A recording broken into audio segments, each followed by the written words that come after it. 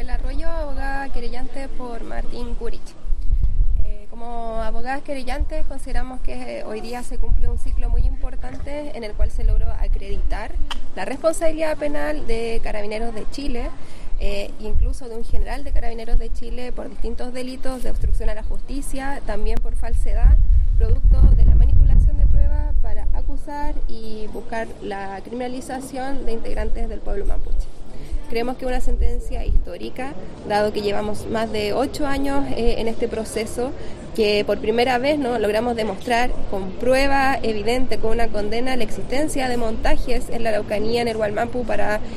condenar y criminalizar a dirigentes mapuche, y sin duda este es un paso muy importante. Sabemos que pueden haber existido otros casos, que hoy día se siguen replicando las mismas lógicas, pero lo importante es que hoy día existe una verdad procesal, una verdad judicial, que es la condena de al menos 6 integrantes de Carabineros de Chile, e incluso un general de la República, por estos hechos que no solamente atentaron contra la libertad y los derechos de nuestros representados, sino también contra la dignidad de todo un pueblo y así también contra la fe pública y el sistema de justicia en Chile.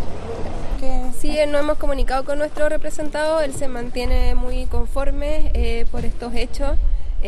Recordemos que él fue acusado de terrorista, fue exhibido a todo Chile, fue acusado por este delito de forma injusta, se acreditó la manipulación de su teléfono al interior de Carabineros de Chile. Entonces, sin duda, el hecho de la figura de nuestro representado Martín Curich, que fue una de las víctimas porque él fue detenido fuera de la cárcel, se acreditó que su teléfono fue inoculado, fue manipulado durante la custodia del Estado de Chile, sin dejar dudas de la existencia de un delito de falsificación y de obstrucción a la justicia, por lo cual consideramos que son hechos muy relevantes y existe satisfacción por el resultado obtenido.